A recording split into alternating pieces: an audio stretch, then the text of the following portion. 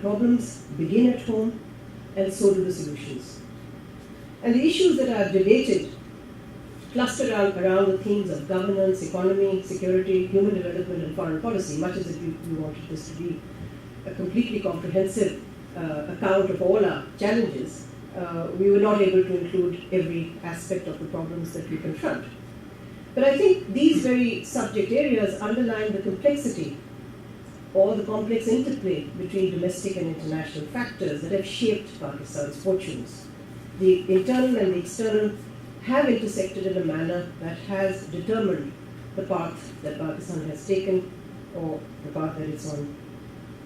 Let me now turn to a central theme of the book, which Bob had also mentioned, which really lies at the heart of Pakistan's story and its current predicament, which is that of a fragile state, but a resilient society. A weak state, but an increasingly empowered society.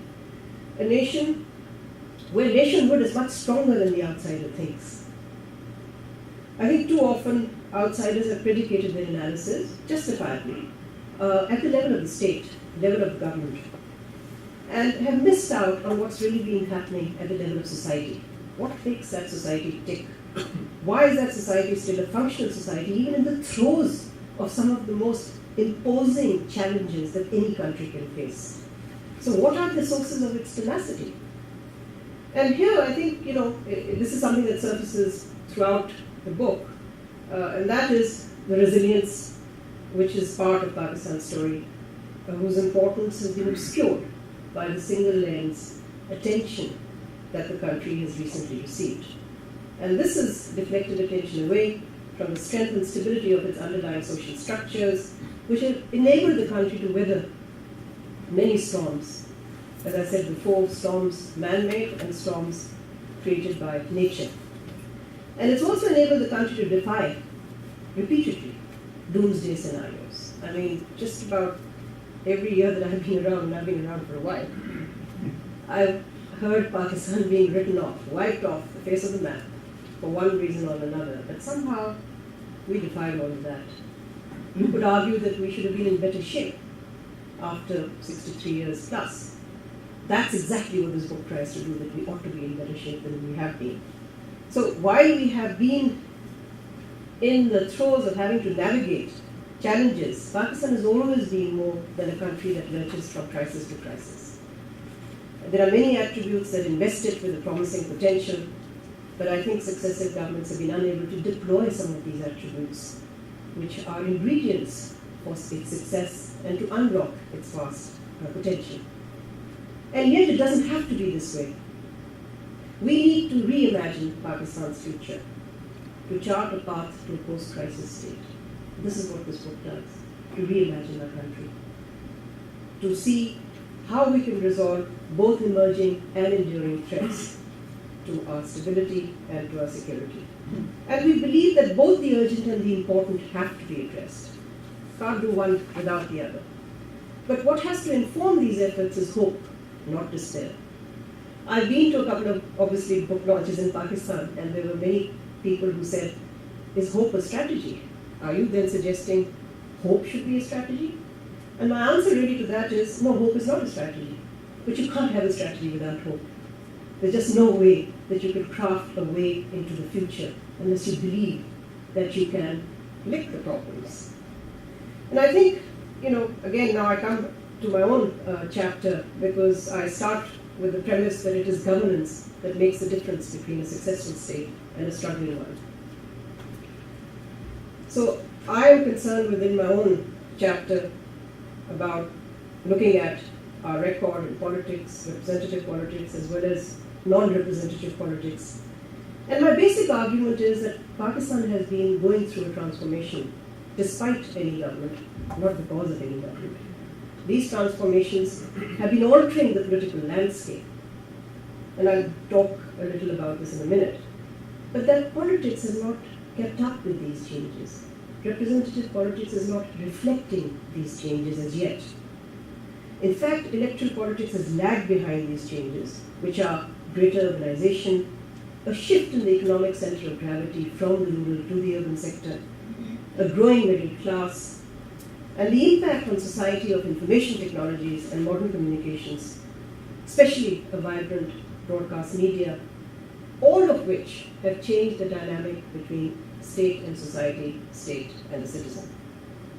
But because politics continues to be pivoting around patronage and clientelist networks, it lacks the means to deliver effective governance. So when patronage and not policy is the preoccupation of those running the system of representative politics, something is lost. Because modern governance is too complex to be addressed by this tradition-bound approach, which is oriented towards working the spoiled system rather than responding to the needs of the people. Clientelist networks, as we know, Pakistan isn't the only country which has seen these, are really geared to rewarding supporters and not addressing the aspirations of the people as citizens. Citizens are not seen as citizens. People are seen as either supporters or non-supporters. So such a patronage-oriented system caters to and focuses on the parochial and the local and retards the evolution of a national narrative or a national outlook which Pakistan badly needs today. So my argument is that political and electoral reforms, and I'm delighted to see the International Crisis Group has just come out with a very important report on electoral reforms in Pakistan.